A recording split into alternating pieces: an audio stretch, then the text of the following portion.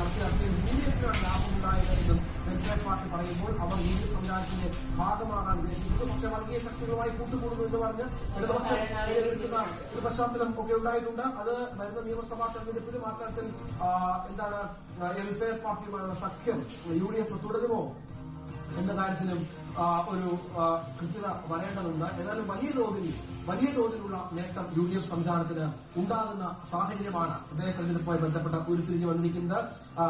ഈ നേരത്തെ പറഞ്ഞതുപോലെ രാഹുൽ മാങ്കൂട്ടത്തിൽ വിഷയമൊക്കെ വല്ലാതെ ഉലച്ച ഒരു ഭരണ സംവിധാനം, ഒരു സംവിധാനമാണ്, മുന്നണി സംവിധാനമാണ് UDF.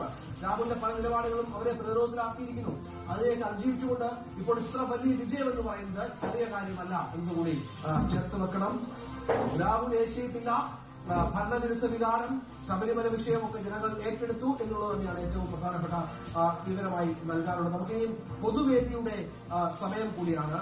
കിരൺ ബാബുവാണ് പൊതുവേദിയുമായി എത്തുന്നത്. പ്രേക്ഷകർക്ക് സംസാരിക്കാനുണ്ടാകാം ഈ വിജയവുമായി ബന്ധപ്പെട്ട്. അവരവരുടെ വാർഡുകളിൽ, അവരവരുടെ മുനിസിപ്പാലിറ്റികളിൽ, അവരുടെ പ്രദേശങ്ങളിലൊക്കെ വിജയിച്ച സ്ഥാനാർത്ഥികൾ ഉണ്ടാകാം. ഘടകങ്ങൾ അവിടെ വിജയത്തിന് കാരണമായി എന്നത് വിലയിരുത്തുന്നത് കൃത്യമായും വോട്ട് ചെയ്ത പൊതുജനമാണല്ലോ. അവരത് കൃത്യമായി തന്നെ പറയുമെന്ന് പ്രതീക്ഷിക്കാം. നമുക്ക് പൊതുവേദിയുടെ സമയമാണ്. അതിലേക്ക് കടക്കണം. കിരൺ ബാബു എന്നോടൊപ്പം ചേരുന്നത്. കിരണ്, ഐതിഹാസികമായ ഒരു വിജയം UDF സമ്മാനിച്ചു എന്നുള്ളത് ഈ തദ്ദേശ തെരഞ്ഞെടുപ്പിന്റെ ആത്യന്തികമായ ഫലം, അത് അത്തരത്തിൽ ഏറ്റവും നേട്ടമുണ്ടാക്കുന്ന മുന്നണി സംവിധാനമായി UDF മാറുന്ന ഒരു പശ്ചാത്തലം കൂടി ഇതിനോട് ചേർത്ത് വെക്കണം. നമുക്ക് പ്രേക്ഷകരുടെ അഭിപ്രായം കേൾക്കാം അല്ലെ?